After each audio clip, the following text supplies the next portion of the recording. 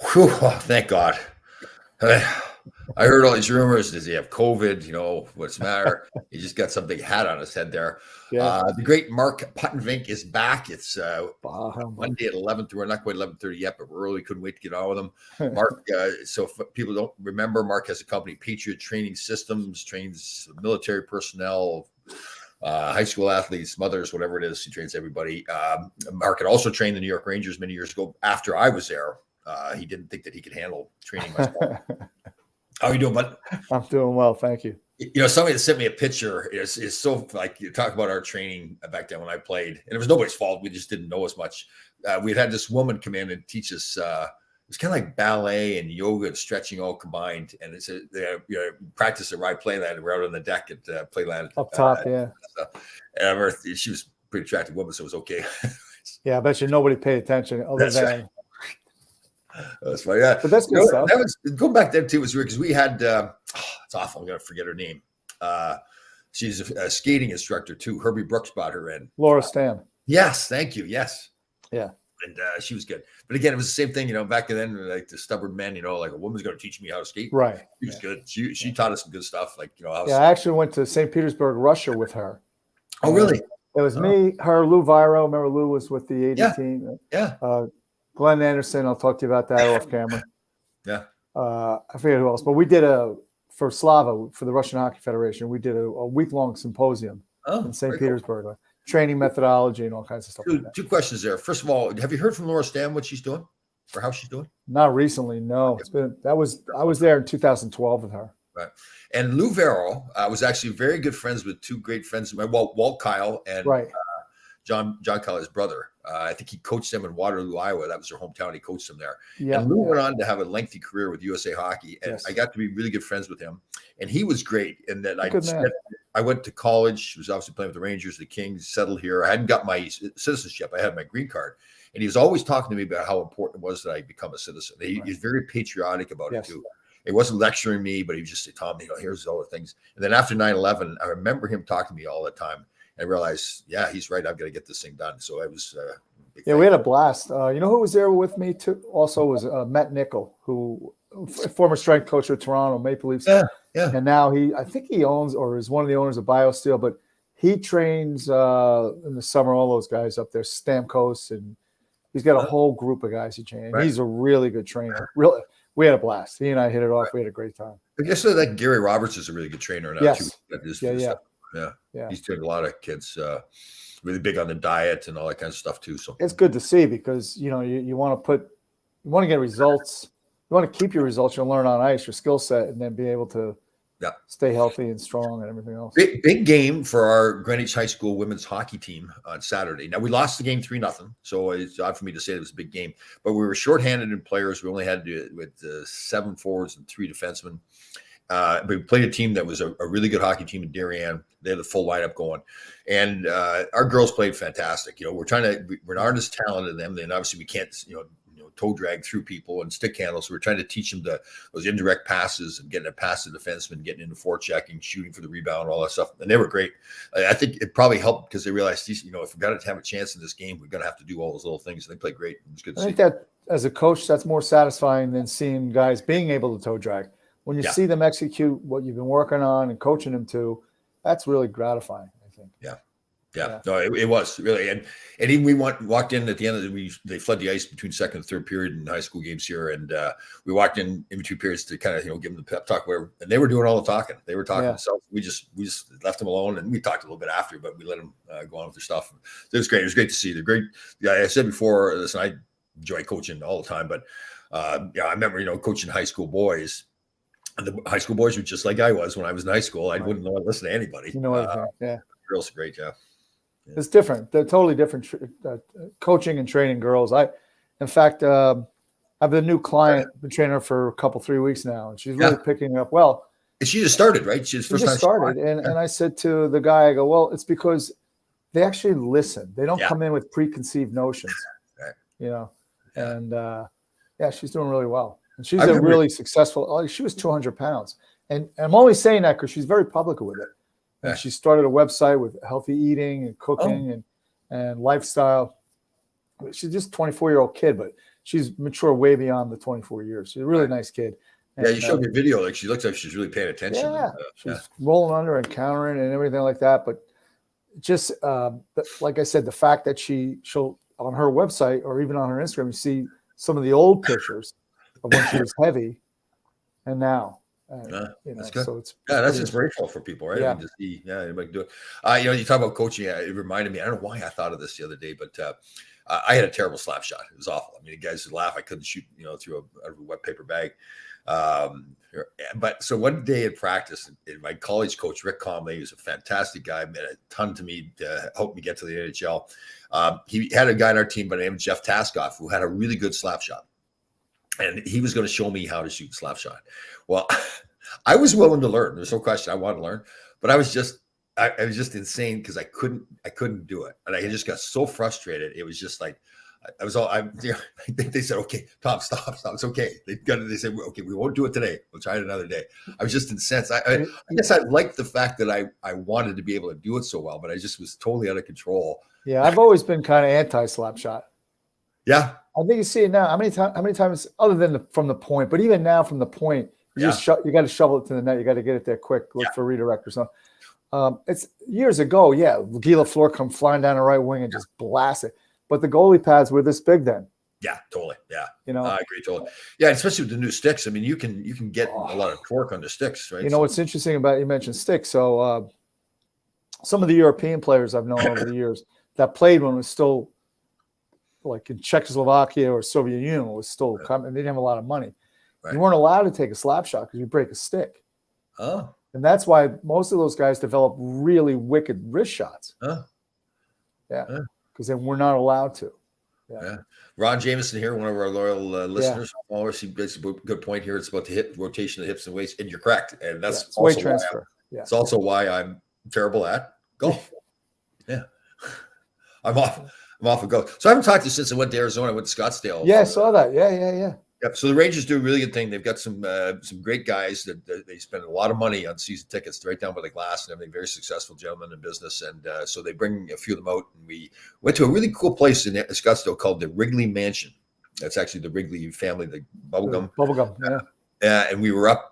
It's up on a hill a little bit, so we're outside having dinner on Tuesday night, looking out over Arizona, the lights. And it was pretty cool. And then we played golf at the Phoenician in Scottsdale. Oh yeah. I did not play golf, but I rode around and harassed people, and then we went to the game. It was good. Yeah, it was good. But it was actually the Rangers were in town, obviously, and I was on the show before with Kevin Allen. When the Rangers scored, it was interesting. About 2/3 of the fans jumped up, and they all had. Yeah, Rangers. In fact, I think it was in the New York Post said there was only 11,000 fans, and 10,000 of them were wearing a blue Ranger accurate. Jersey. Yeah, it's pretty accurate.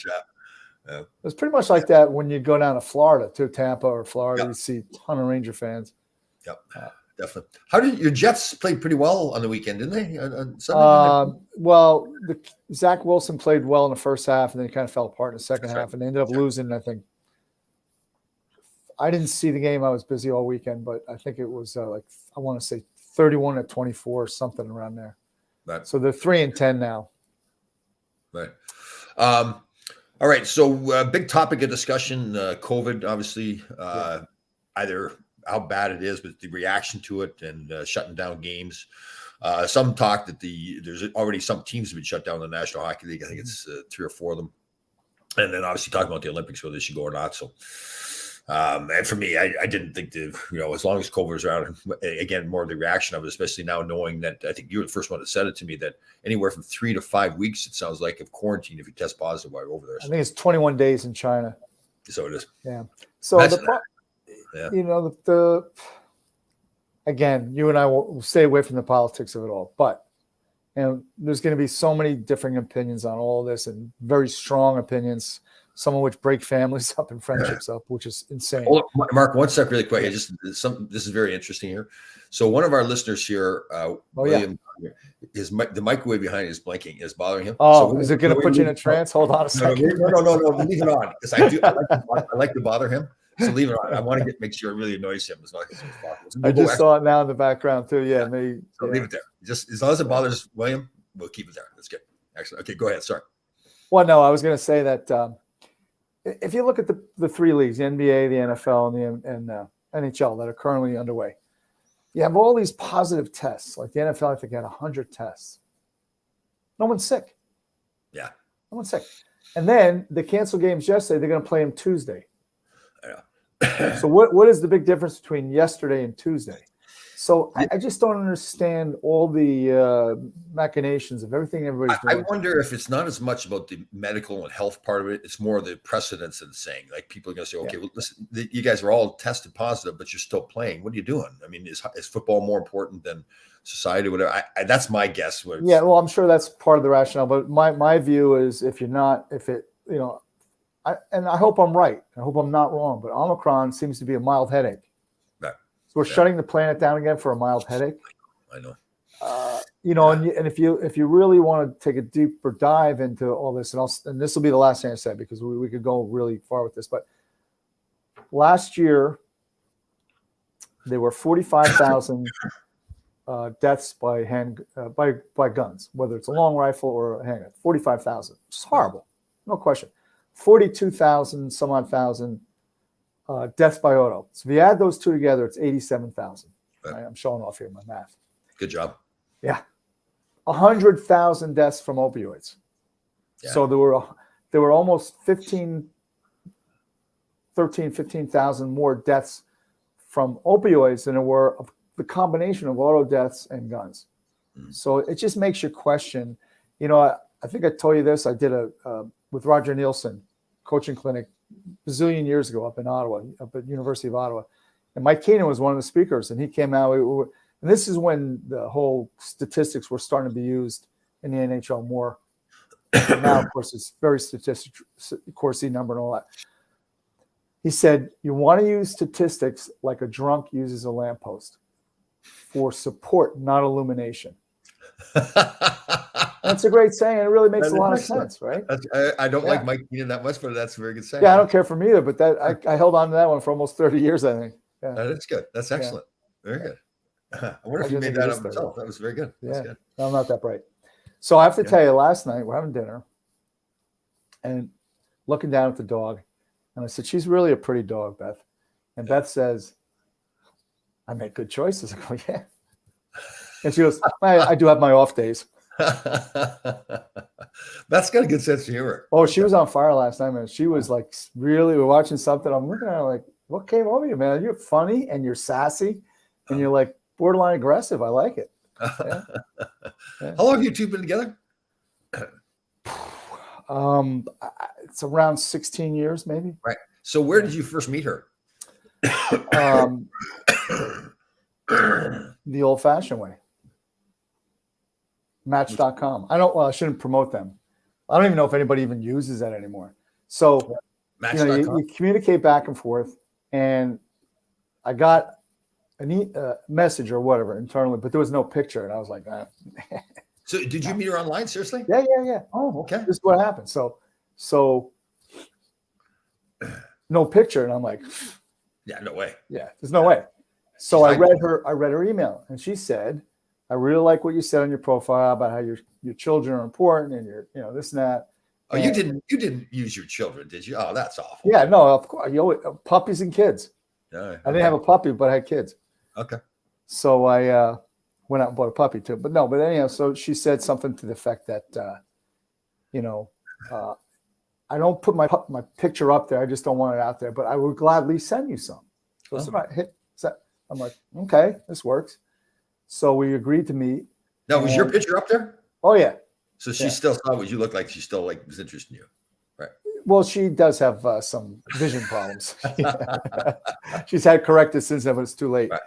And so we agreed to meet in this pub or whatever. And I'm late, and she watches me walk in, and she watches me scan to make sure that those weren't phony pictures she sent me. Right. And that, and I finally see her sit down. She goes, you came just in time. I go, I'm sorry, I'm late. She goes, yeah, because the bartender's hitting on me. And he's kind of cute. I was like, oh. Oh. Yeah. Oh. You showed up late for your first date. Yeah. Did you do that intentionally to some kind of absolutely. Game? Yeah. Oh. Yeah. Don't. Seriously? Well, I had to get all jacked up first.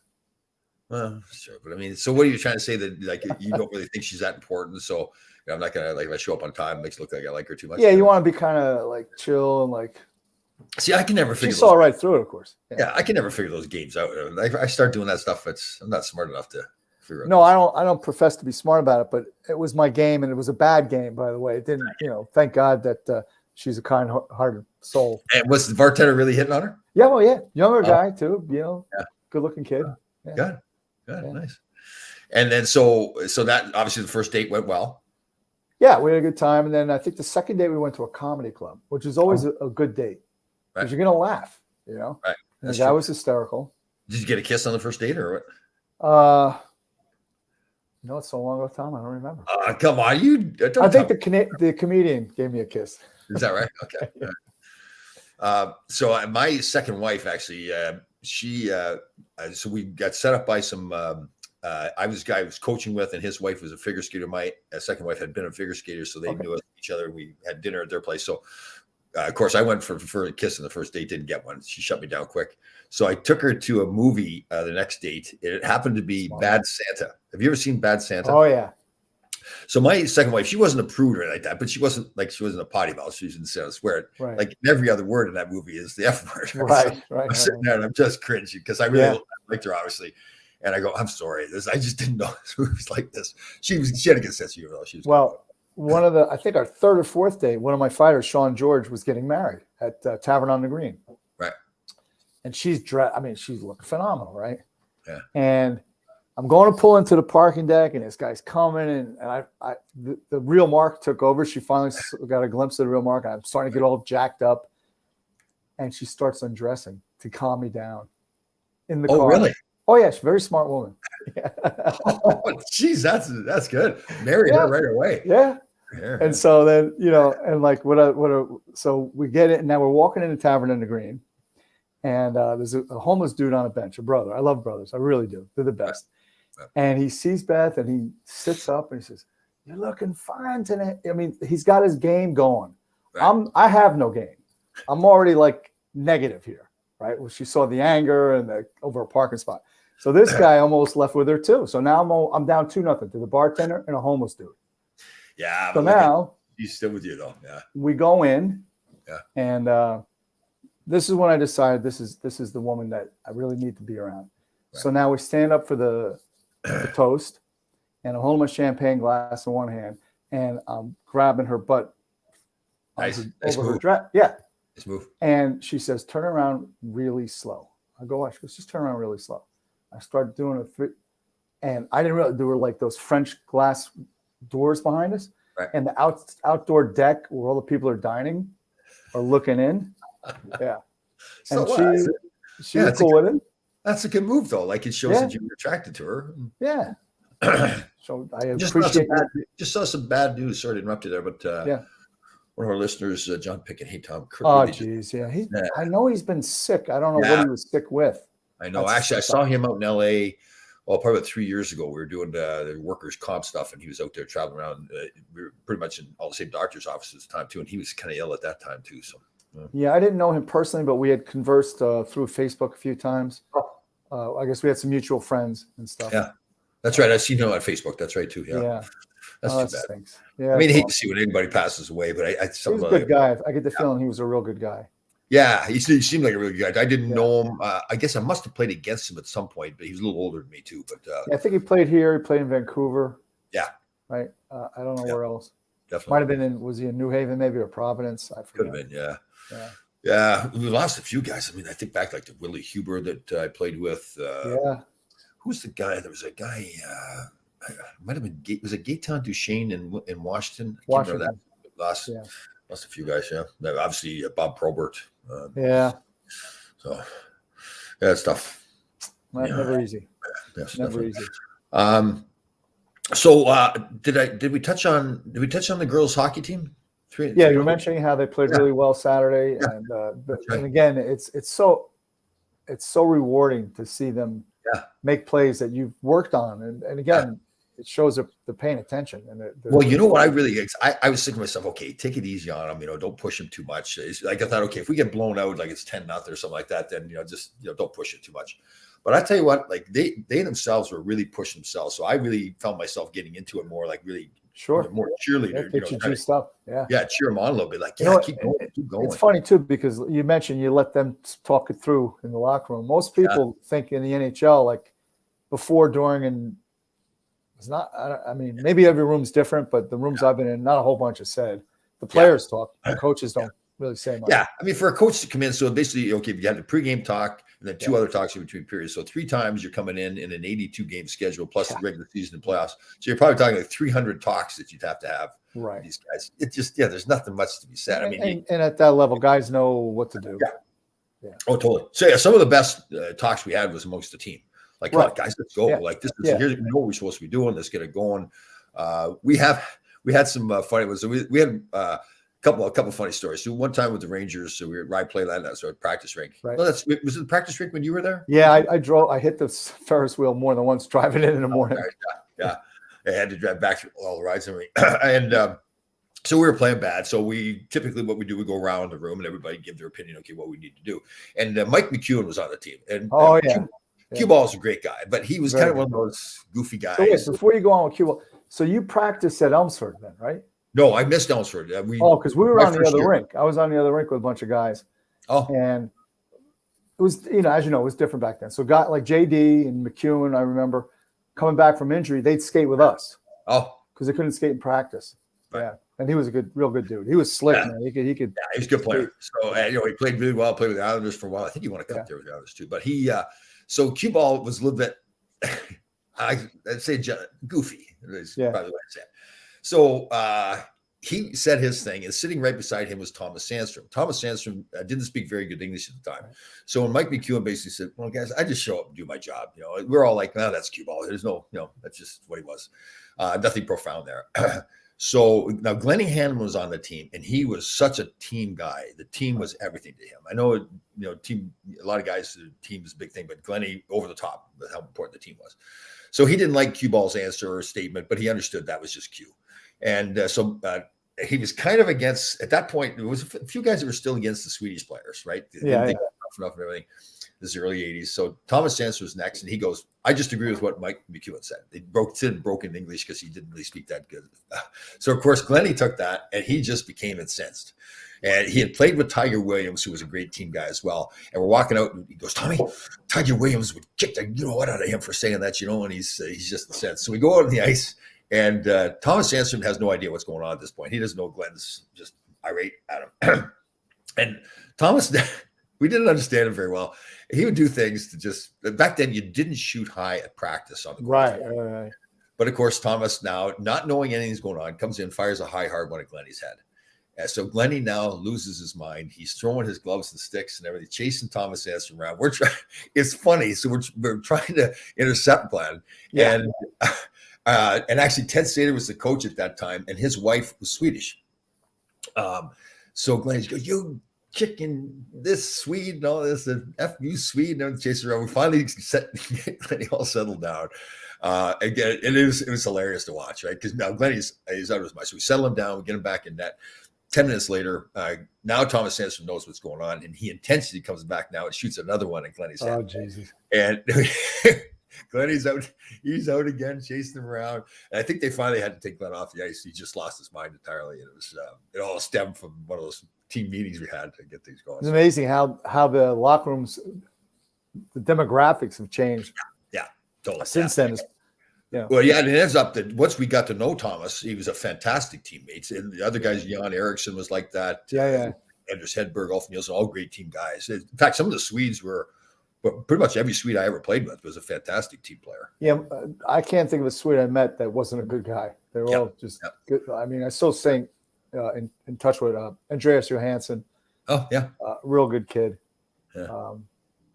Man, now young, whatever, how old are you? Yeah, I know. So you remember Michael Grosek? Yeah. So they call him up from Hartford. We're playing Philly. It's a Saturday game. They used to be on Channel 7, Cap City's own ESPN. Yep. And the big game because it's Eric's first game against the Flyers in the Garden. Oh, that's right. Grossi had a great first period. I think he had a goal and a helper. He played really hard, Yeah. And he comes in. He sat next to Barnaby, which was crazy in and of itself. And the boys are coming in. Attaboy, Grossi. He goes, that's right. He says, I'm a half man. I'm a half monster. I'm a manster. We're all looking at him. And Barney says, I don't know what Barney said. Like, just whatever. Just keep doing whatever you're doing out there. We don't care what you are. But yeah, he was different. In testing day, 195-pound bench press. When he hit 33 reps, I said, you can stop now, Mike. I get the point. You're in good shape. Oh, wow. He was strong. Wow, really that's strong. good. That's good. 33 reps is pretty impressive. Yeah. That's like NFL. I remember, so we didn't, my first year in the league was Freddie Shiro. So I don't think we did any testing at all back then. In fact, like the old guys we talked before, they come in just terribly. I think there was no point doing testing because the old guys back then wouldn't do anything during the summer. Oh, yeah. Their training camp was longer to get themselves in shape. So it was next year that Herbie came in, and then we started doing all the testing. Cardiac Jack. Well, so my first year in the league, so it was against Freddie Shiro. We had the semifinals. I had a good season. So I'm thinking, okay, I'm a veteran player now. Yeah. So I did not train the way I did going into my first year, my rookie year, and I was overweight. So it's thinking back how stupid it was because here comes Herbie Brooks, who's so big on fitness. So we have training camp over in Finland. So we did all our testing here first, flew over to Finland, then got right on the ice. So I think everything's fine. I'm out of shape. I'm overweight, but I think that's the way we do it. I'm a veteran guy. I'm cocky. I had 1 year in the league. Get over there, skate, practice. Everybody else gets off. He keeps me on the ice and skates my rear end off for another 30 minutes. Now why is Herbie picking on me? I'm all bent out of shape. He brings me, we were staying in this place called Viramaki. It's a training center, and it's got the cabins that we stayed in. And he brings me into his cabin and just lays into me. And he says, I've heard all these great things about you. You're fat, you're out of shape, because he'd done all the testing over in New York. He had all the scores. And I felt like, oh God, what did I do? But it was one of the best things that ever happened to me because then I made you buy into it. Yeah, and then he said, okay, I handled it the right way. I could have, pouted and soaked and, not done anything about it, but I went right on a diet and lost the weight and got in shape and everything. It's interesting because, you and I both know there's some players that they get a dad bod and they're tremendous players. Yeah. And then there's other guys that are Greek gods and they can't skate. Yeah. But certainly, and this is my business, strength and conditioning, you do want to be in the best possible shape you can be because it's only going to help everything else you do. Yeah. But who was it? A Russian D-man that played for New York. He came from Chicago. Not Karpatsev. Was it Karpatsev? No, it was I want to start with an M. It'll come to me, but the guys I know that played with them, they said, oof. Oh, bad shape? Fat. Oh, it's not right. Good skate. Did you skate at all in Russia? Have you been to Russia? I've never been to Russia. Been to Czechoslovakia, but never. We got on the ice one night. They said, "Oh, we want you to play." I said, "I'm not going to play against it." That's all a bunch of old guys. I'm not going to play. Right. Of course, I got talked into it. And in the locker room, the Russian, Tom, they had beer guts that went like out 4 feet. Oh. And then you get on the ice and they're going like 100 miles an hour by you, because they could skate. Yeah. That's cool. Yeah, I've never been to Russia. When I was trying out for the Canadian Olympic team, we were over in Czechoslovakia. We were over France, Czechoslovakia, and then going over with the Rangers. We in Sweden, Finland, Germany. It was pretty cool. Czechoslovakia was interesting because we traveled around from town to town, and every town was the same. It had the square in the middle. Yeah. They were selling, they find China. Guys were buying China all the time. That was a big thing. That was in Prague. Prague is a gorgeous city. Yeah. I don't think we were in Prague, but I remember the beer was warm too. So we were putting it out on the balcony. Yeah. Chill. Well, we flew into Prague. I think we got in late, like 5 a.m. Right. And I'm finally falling asleep at 6 because I didn't have to be in the arena until like 5. So we got to sleep till noon, sightseeing, get to the arena. Right. And all of a sudden, what the hell? They're doing construction like right next to my room on a deck and loud. So I figured, all right, I'm up now, watch a movie. So I'm going through all the channels. I find a Russian channel showing an American movie. And they dub it, obviously, in Russian. But it's one guy doing all the parts. It's one voice. Like even doing the dog barking. It was no, really? No, come on. But one guy doing all the parts in Russian. That's good. Yeah, I wish I had gone to Russia though. I heard. It was I was in St. Petersburg, which is that's the most modern of the cities. So there's an area of St. Pete's. It's like being on Fifth Ave. You got Hugo Boss and all the big stores and restaurants and everything. But Tom, you go a mile away from there. Oh, really poor. Oh, is that right? That's so great. And the rink, Spartak rink, was two of the guys that I skated with. One guy lived in the apartment building right there, and that's a huge thing in Russia. If you have an apartment, you're like, because people will wait literally 20 to 30 years to get an apartment. That's how long it takes. Huh. And he had invited me over for or dinner or whatever. Very nice guy. Went over there with another guy, another player, and that apartment was so small. The bathroom was a toilet and like this triangle shower. That's it. Like really small. Right. And then the living room was also the bedroom. And then you had a kitchen. Wow. But for them, it was top notch. Yeah, well, it's interesting. Interesting. Well, good to see you again, Santa. Are you really like a bah humbug kind of guy? Nah, it's a joke. Yeah, okay. Kind of Good. Well, good to see you again. Again, Mark Puttenvink, Patriot Training Systems. If you guys are wanting to get a hold of him, fantastic trainer of any skill level, age, whatever. He trains little kids in boxing and women, and men. Got my promotion Saturday. To what? So in the Filipino martial arts, you get a test twice a year. Oh. So yesterday or Saturday, it's a 5-hour test. Huh. It was long, but it was fun. Any spelling involved or? No, then I wouldn't have passed. No spelling, no math.